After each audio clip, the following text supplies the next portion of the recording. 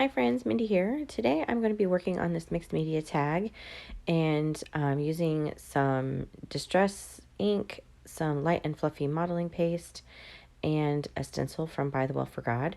I will put my affiliate link for that down below. The first thing I'm going to do is make sure that my little tag doesn't go wandering off when I don't want it to. So I added some washi tape to the back and just a little loop just to kind of keep it still.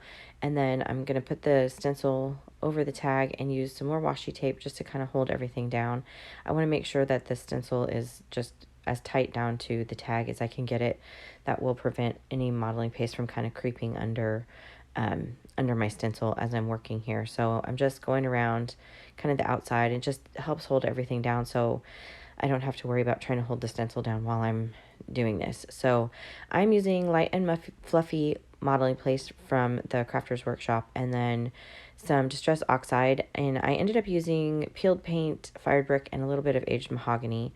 So you can see I just kind of smooshed that down here on my nonstick craft mat and I'm mixing it in. And so, you know, obviously I'm adding white into an ink here, so this is going to lighten this color up a little bit. So I'm just doing this initial mix, and then I'm going to add some more of the green, but I'm also adding just a little tiny bit of the fired brick, and that's just going to help darken this color up just a little bit, kind of more true to its actual color. So I'm just mixing this up really, really well here on my craft mat with the back of my palette knife. And then I'm just going to go through here and randomly apply this to my stencil. And I'm leaving some parts open because I'm going to do another color. So just kind of, you know, being careful to not make this stencil move too much. So now I'm going to be using fired brick over here on the left side, and I actually added a little bit of aged mahogany as well, just to kind of darken that red up a little bit. I'm really trying to go for kind of an autumnal card here, and so I left that green on the right side, and we'll get back to that in a second, but I'm going to go ahead and mix in this red, and I'm making sure I'm trying to not to like over mix this. I want those kind of the distinctions between those two colors in this particular modeling paste just to give it some more dimension and interest. And I'm just going to go through and do the same exact thing, and it doesn't matter if it goes over the green or whatever. Just kind of applying it in some random areas. And then the next thing that I'm going to do, I'm just kind of smoothing off some of the excess, and now I'm going to take the green and I'm actually going to mix it with the red. And what that's going to do is give me a really nice brown. And because when you're mixing colors that are opposite on the color wheel, you end up with what they call it mud, or in this instance brown. And I'm just really, really mixing this really well. And it's going to give me a really nice brown to add just in a few little places here on my tag as well. And this also, because I'm using all of the same colors that I have already used, it keeps the tones the same. And so I don't have to worry about anything kind of standing out or clashing against something else. So I'm just kind of smoothing this out a little bit here, and then that will be my tag for now. I'm going to take the tape off and reveal my little stenciled image for this next step. And you can see I did get a little bit of a smudge, and that's okay. It's not going to hurt anything. But I also want to just take this embossing glaze, excuse me, this embossing glaze, and I'm applying it with another little craft mat, just kind of shaking it just gently. I wasn't really sure at this point if this was going to work the way that I wanted to. I have done this technique with actual embossing powder, and so you basically just kind of sprinkle it on there and you let it dry just like it is. So I'm gonna, in the meantime, I'm just gonna kind of clean up my craft mat. I'm gonna take that excess modeling paste there, and I'm gonna rub it through my stencil just on a scrap piece of paper, because I can cut this down and make like collage fodder or even make a little tag out of it, but I just didn't want all of that modeling paste to go to waste. So I'm just gonna run that through my stencil here, and then off camera I will wash my stencil. It's important that you do that with modeling paste. You don't want it to dry in the cracks of your stencil. So here I have my mat cleared up a little bit. It's not completely dry. I'm just kind of flicking off all of the excess of the embossing glaze.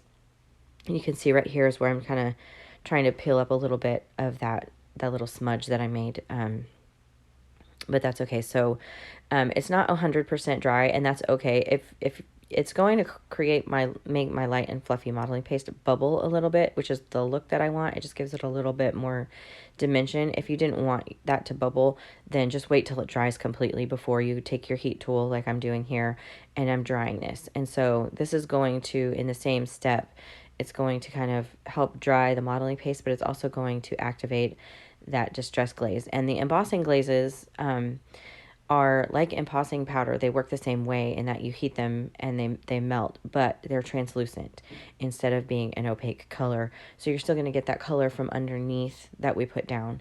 And so that's kind of the look that I'm going for here, just to add a little bit more dimension. And this is taking a little bit of time because, like I said, I did not let my embossing or my modeling paste dry all the way. So it's hard to see on camera, but it actually adds a little bit of, it kind of puffs up a little bit on the modeling paste, which is actually kind of cool. I'm trying to show you here. So it just gives it another little bit of dimension, which you already get some because it's modeling paste, but and I'm trying to show you kind of how the glaze is.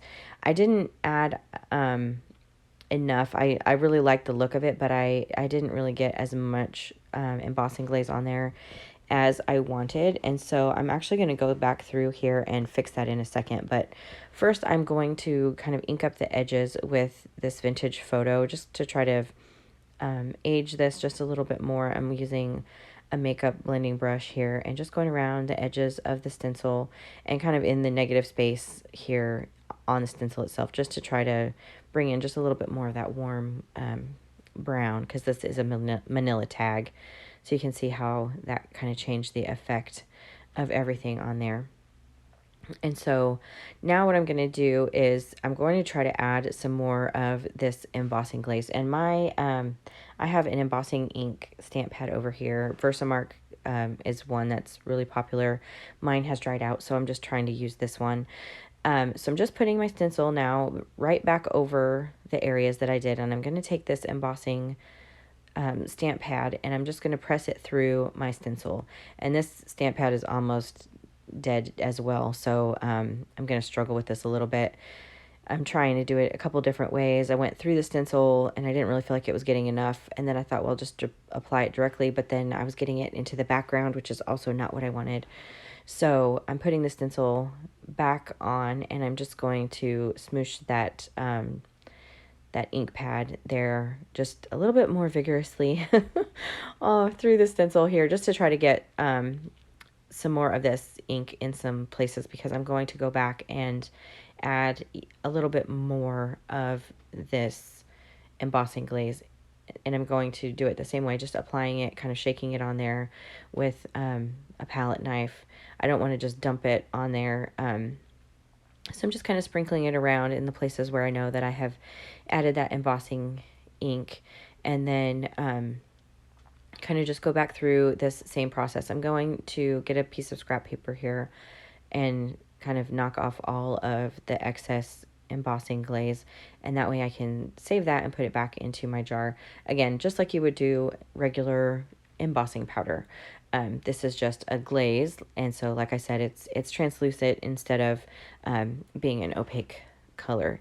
So it just adds a little bit more dimension. I really love the embossing glazes. And so because I had done that sticky embossing ink, it kind of got everywhere. So I'm just taking a really soft paintbrush here and kind of removing some of the glaze that kind of got where I didn't want it here on the tag. And you can do this with embossing powder too. If you get it where you don't want, just take a little paintbrush and just kind of, knock off the areas and it'll come off. And that just gives you a cleaner look. So I'm going to clean up that mess here. And now, again, I'm going back into with my heat tool. And I think I have said this before, when you're trying to melt embossing glaze or embossing powder, it really is helpful to have an actual embossing gun instead of trying to use like a heated tool. It just takes a really long time with those, but embossing guns like this, they get hotter faster, and so it just makes the process a little bit quicker. So anyway, this is what the tag kind of looks like now. There's a few little areas I could tell that weren't quite melted. You can kind of see it happening, and you'll see like it, it gets shiny and everything. So I just went back over that again, and then I'm going to try and show you here what this looks like now. You can, in the light, you can kind of see the glaze on there a little bit, and it's not over all of the tag, it's just kind of in a few different areas, but that's kind of how I wanted it to look. So anyway, if you like this video, give it a thumbs up and subscribe to my channel if you haven't already, and until next time, bye bye.